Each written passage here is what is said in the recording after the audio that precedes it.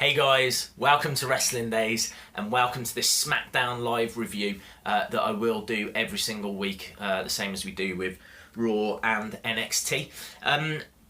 Before we get going, I just want to give a shout out to Landon Strikes. Thanks a lot for watching. I know that you've been a supporter for a while and it's appreciated. The show launched with Daniel Bryan and Shane McMahon in the backstage area talking about how this wasn't going to be about them, it was going to be about the talent, which was, you know, refreshing, nice to hear. But to tell the truth, we'd kind of seen something similar the night before on Raw. And again, you know, the whole roster was out, similar to Raw. But this didn't have... it didn't feel as fresh, it didn't feel as different. The commentator table was down by ringside, it hadn't been moved away, which, you know, that's a Raw thing, but I like that.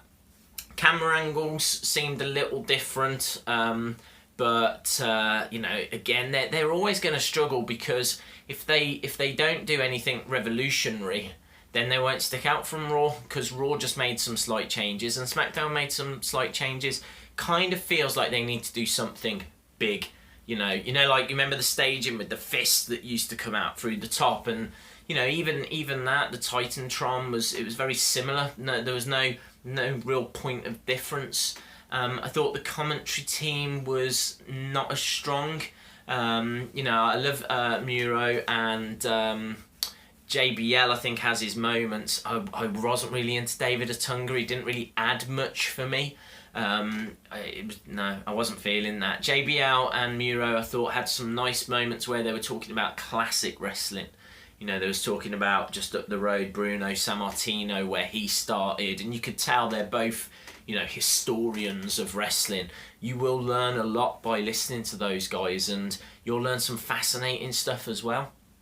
But I miss that person that I'm really kind of want to hear. I want to hear Muro Ranallo, right? So that's, I suppose, SmackDown has got that. But he's the colour commentator. I want someone on the side that jumps in. You know, Corey Graves does that for me on Raw, and they're just lacking a Corey Graves. I think they're trying to make David Otunga Corey Graves, and from what I've seen this week, it's just not going to work. So they were all in the ring anyway, Shane and Daniel Bryan. They announced Backlash is going to be a SmackDown-only pay-per-view. That is going to be on September the 11th. And they also announced that there would be a number one contender for Dean Ambrose's title at SummerSlam, and that person was going to be found tonight. And so we had a six-pack. They called out John Cena, Bray Wyatt, Dolph Ziggler, and Baron Corbin. And AJ Styles, sorry. They called out 5 people, and then they said the 6th person would be found from a Battle Royal. And the Battle Royal was starting right now, and so we went into the Battle Royal. I thought it was surprising that Alberto Del Rio didn't advance straight into that 5, but then I suppose, who do you take out? Dolph Ziggler, I think, would have been a good shout, especially considering what happened.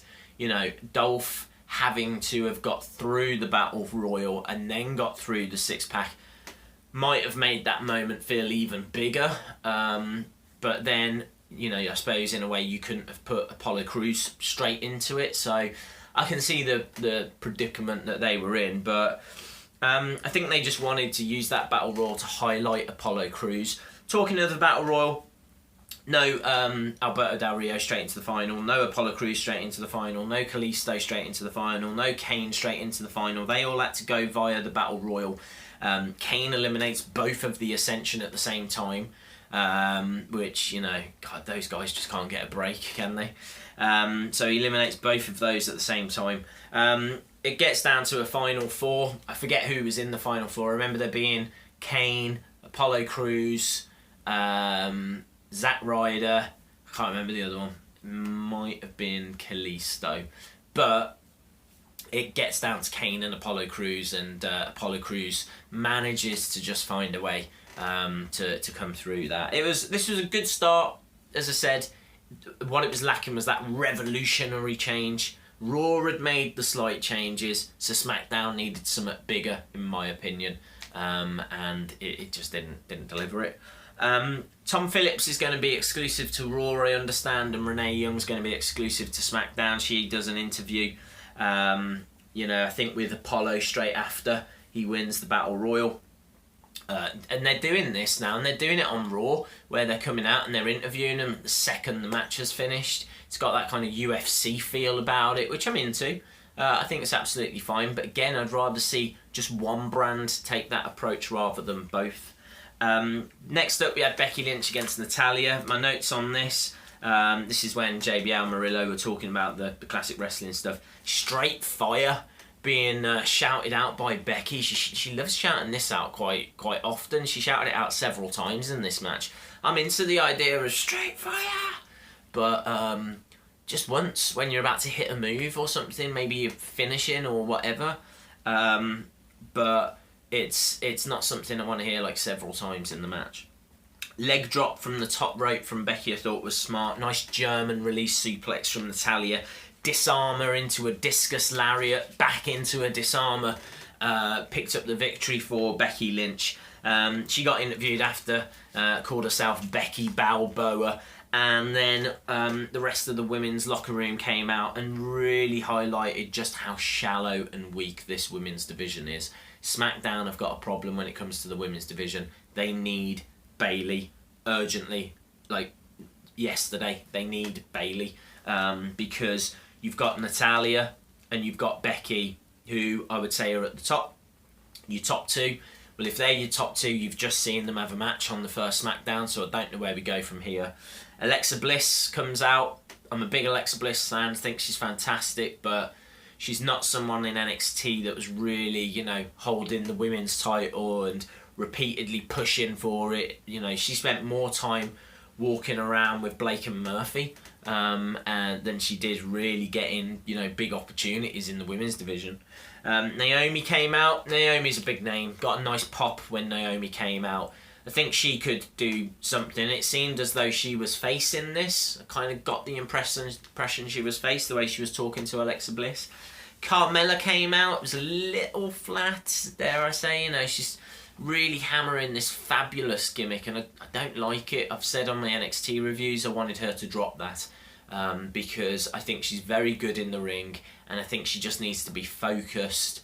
And I'm fine with her doing the How You Doing, because obviously she's got connections with Enzo and Big Cass, and I think it'd be nice for them to come out. I know they're on a different brand, but if WWE could just get them to spend one show with her, or if she could just kind of be with them somehow, she could just get just a little rub off them. She just needs that little something. And you've got to remember that basically now she's been called up, they've hit the reset button, the girl's having to start again.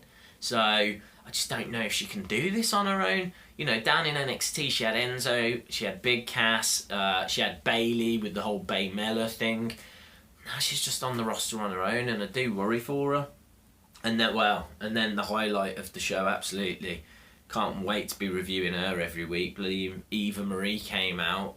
Looking like some kind of adult star that had got lost. Came out to this kind of voiceover. So had her normal music, and then there was this voiceover going, the most fabulous woman in the world, and all this kind of stuff. It was just like, sorry, but Carmella, Alexa Bliss, Eva Marie, if that makes up half of your women's division, you've got a problem. And I like 2 of the 3 out of them. And don't get me wrong, I could like Eva Marie if she starts showing me some stuff in the ring and starts impressing. But she wasn't impressing me down in NXT. And now somehow she's found herself on the SmackDown roster. So worried about that. Next up we had Miz TV with The Miz, and he said The Miz was his special guest. He came out with a couple of good lines actually. I want people to be proud of me because they can't be proud of themselves. Liked that. And I think Maurice says that her reality is better than most people's dreams. I like that as well. And then Randy Orton came out. It's a little bland, this bit, but it set up a match. I thought Orton, and I know it shouldn't matter, but I thought he looked really pale. He just kind of, he didn't look healthy. It looked like he'd spent a long time indoors. and he looked like me basically, and he has a match and it's all right. He hits like an RKO and then just sits by the ropes, and it's kind of like you're watching Miz knocked out and you're watching Randy Orton just sitting there. It's just like, it was a little bit weird. I didn't hate it because, you know, something you don't normally see is a match literally just kind of stopping. But then when Miz came round, he hit another RKO, 1, 2, 3, just defeats the Intercontinental Champion without the greatest of struggles. So it doesn't make the Miz look that strong. It doesn't make anyone that's been trying to get the title off the Miz look that strong. The fact that Orton can just come back and just kind of like, yeah, there you go, done. So I don't know. I think they made a really good point during this match, and that was that it's only going to take one RKO to put Lesnar away. You know, you don't get up from an RKO. I think they're really building that. I don't see any way that Orton wins that match. I think Lesnar wins hands down. I don't think it'll be a comfortable victory. I think it will be close, and I think he will hit a couple of RKOs. I think Lesnar gets up, and I think Lesnar wins. Next week there was a promo for American Alpha, and I'm looking forward to seeing those guys. I don't recall seeing them on the ring apron this week, or in the Battle Royal, which I think is the right move, because they shouldn't be seen, you know, one of their first appearances with them getting chucked over the top rope and getting eliminated in some Battle Royal, which, you know, they were never going to win anyway. So holding off on those two makes perfect sense, because they are the team in this Smackdown division. Even though they've only just come up from NXT, they differ to Alexa Bliss, Carmella, Eva Marie, because they were champions down in NXT. They were the pinnacle of the tag team division, and so it's right they're being portrayed that way. Next up, Heath Slater came out, beat up a jobber. There was some guy in the ring ready for a match, and he was talking about how he's a free agent and how he should be inserted, and it should be a 7-pack challenge, not a 6-pack challenge. Called out Shane and started up a sign Heath Slater chant. Shane came out and was like, "Where's your resume?" And Heath was like, "If you watch the network, you'll see my resume." This bit was all right. Rhino interrupted. It was nice to see Rhino, but he's not someone I'm desperate to see back on the main roster, in truth. You know, he might add a little bit of depth to the roster, but he's only going to be there to put people over. I don't want to be seeing him, like, you know, used in major angles, for example. And I'm a bit concerned, actually, about some of the other names I'm hearing, because I love the legends, I really do.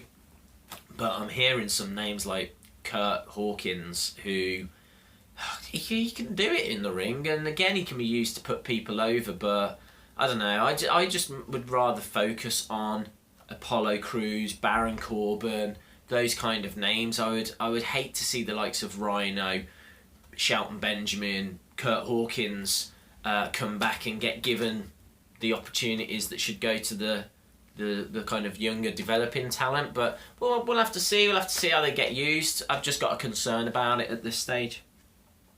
So yeah, Rhino interrupts. He delivers gore, and the segment ends basically. So I think we've got Rhino on SmackDown now. I did like this from Heath, though, worth mentioning. He says that he's the brains behind the Nexus, the Core, the one-man band, 3MB, Social Outcasts. You know, he really was talking about some classic groups there. Not some of them not fantastic groups, but it's I just love the history of it all. I love remembering back to some of those, you know, like the Nexus. They were so cool.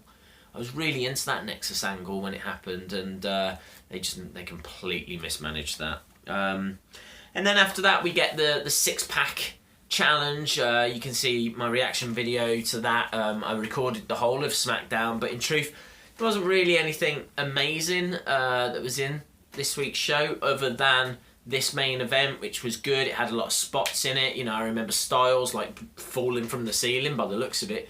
And, you know, everyone got their moment. But I remember Ziggler getting the pin, and like the crowd were calling it out, and the referee wasn't there. And I really thought that was Ziggler's moment. I thought that it was going to be Styles, Cena, Bray Wyatt. I would have to say Styles or Bray. And I'd seen a little graphic going around saying that it was Bray that was going to be facing Dean Ambrose at SummerSlam. Turns out someone's, that was nothing.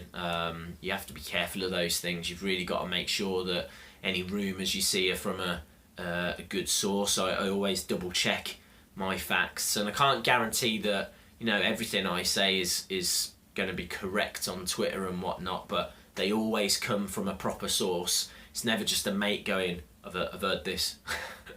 So turned out to be Dolph, and what a fantastic moment. I remember him cashing in his Money in the Bank a couple of years ago, about 3 years ago now. What a moment at the Izod Centre. Cashed it in on Alberto Del Rio. It was absolutely brilliant, and he deserves this. He's been used terribly for the past few years, and he really deserves this opportunity. So Dolph against Dean, and I've got to be honest, I'm going to be cheering for Dolph. I like Dean Ambrose, but I just think that Dean will have many more opportunities to come, and what history has shown us is that Dolph probably won't. So I don't think Dolph wins. I will be cheering for him though, and I hope that he can. This might sound bad, but step out of Shawn Michaels' shadow. He's the kind of guy that uses, sweet chin music. His ring attire is very similar. His look is very similar. He's been very vocal about how much Shawn has, really been his influence. And even Shawn Michaels has come out and said, look, Dolph Ziggler's got everything. He just needs to stop trying to be me. I completely agree. Dolph should do some stuff that's just Dolph.